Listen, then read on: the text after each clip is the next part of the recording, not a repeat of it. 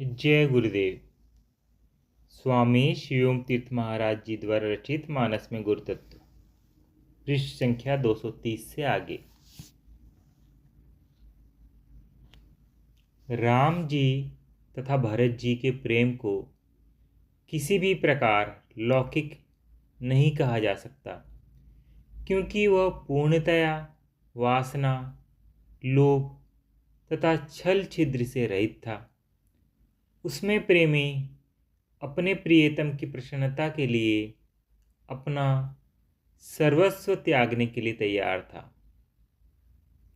अलौकिक प्रेम का आधार पूर्ण समर्पण होता है। रामचरितमानस में तुलसीदास जी ने राम भरत के स्वरूप का जैसा चित्र प्रस्तुत किया है, उससे यह स्पष्ट हो जाता है कि यह अलौकिक तथा दिव्य था।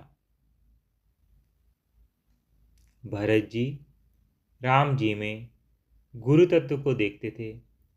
लोग राम जी को भले ही भरत जी के बड़े भाई के रूप में देखते हों, किंतु राम जी का भरत जी के प्रति एक गुरु की भांति स्नेह था।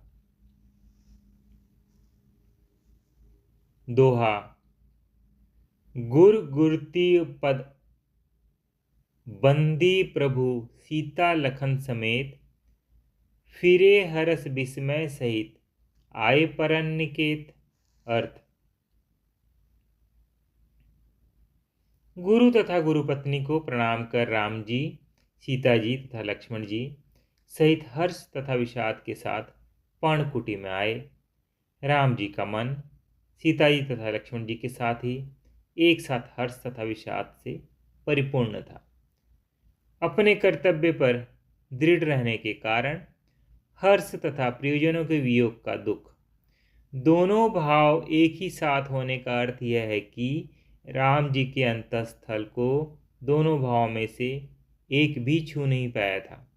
दोनों भाव व्यवहारिक स्तर पर ही राम जी के मन को प्रभावित कर पाए थे, अन्यथा गुरु तत्व हर्ष तथा शोक के से सदा रहित है।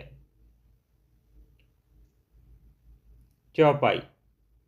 मुनि महिषुर गुर भरत भुआलु, राम बिरह सबु साजु बिहालु। प्रभु गुण ग्राम गनत मन माही, सब चुपचाप चले मग जाही। अर्थ। मुनि, ब्राह्मण, गुरुजी, भरत तथा जनक जी, सारा समाज राम जी के विरह में व्यथित है। प्रभु के गुण समूह का मन में ध्यान करते हुए सब लोग मार्ग में चुपचाप चले जा रहे हैं। ठीक भी है। जब जीव का गुरु तत्व से वियोग हो जाता है तो आत्मा की ओर चुप हो जाता है और जगत में चलता चला जाता है, किंतु अंतर में गुरु तत्व का विरह बना रहता है। संसार में चाहे कितने भी उछल कूद कर ले, उसे कभी शांति प्राप्त नहीं होती। उसे चलना है, इसलिए चलता रहता है, निष्प्राण सा अशांत मन को लिए हुए, एक विधवा स्त्री की भांति, जिसे अपने गंतव्य का कुछ पता नहीं, रात के अंधेरे में ठोकरें खाता हुआ। गुरु तत्व का ध्यान आता है तो उसका गुणगान करते ही मन को बहलाने का प्रयत्न करता है। चौपाई। सौंपी सचिव गुर भरत ही राजू, तेरहूति चले साजी सबु साजू। नगर नारी नर गुर सिख मानी, बसे सुखेन राम राज राजधानी। अर्थ। मंत्री गुरुजी तथा भरत जी को राज्य सौंपकर सारा साज सामान ठीक करते तिरहुत को चले। नगर के नर नारी गुरु जी की शिक्षा मानकर राम जी की राजधानी अयोध्या में सुखपूर्वक रहने लगे।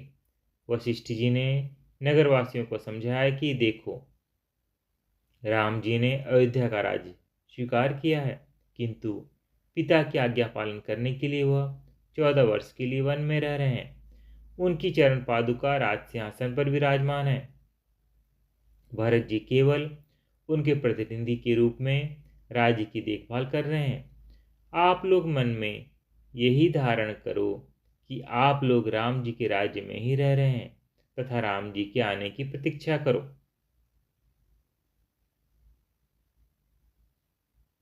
यहाँ साधना अवस्था का वर्णन किया गया है।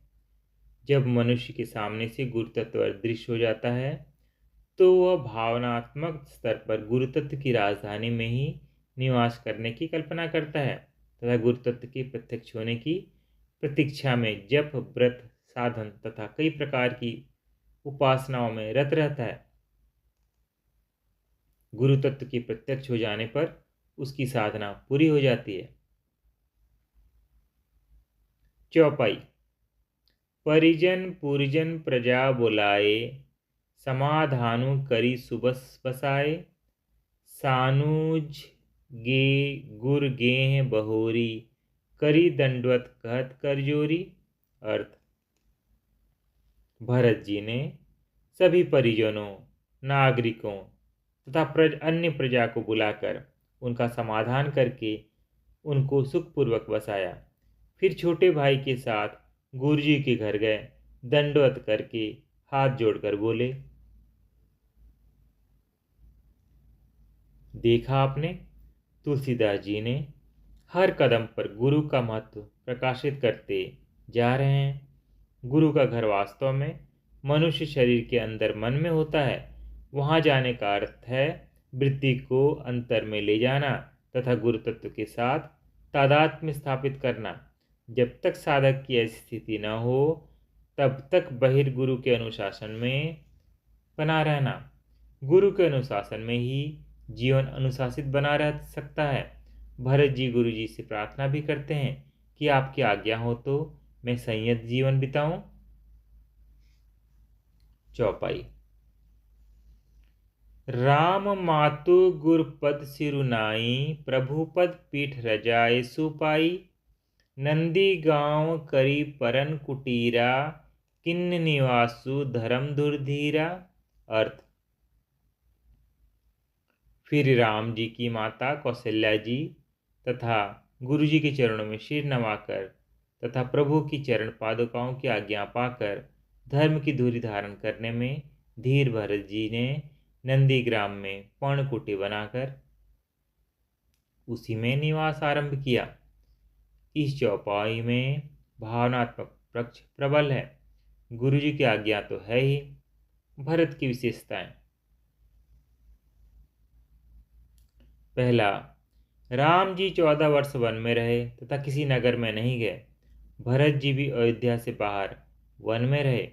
दूसरा, राम जी पर्णकुटी में रहते थे, भरत जी ने भी पर्णकुटी बना ली। तीसरा, राम जी दक्षिण की ओर गए थे। नंदीग्राम भी अयोध्या के दक्षिण में है। राम जी ने यहीं पर अपने वनवास की प्रथम रात्रि बिताई थी, इसलिए भरत जी ने भी यही स्थान चुना। चौथा, राम जी जटाजुट भगवा वस्त्र धारण करते थे, भरत जी भी उसी अवस्था में रहने लगे। पांचवा, राम जी का कंदमूल तथा फलादि ग्रहण करते थे, भरत जी कंदमूल तथा फलादि खाकर ही रहने लगे। इस प्रकार गुरु तत्व के बाहिर स्वरूप को उन्होंने भी धारण कर लिया। पृष्ठ संख्या 233 की समाप्ति। जय गुरुदेव।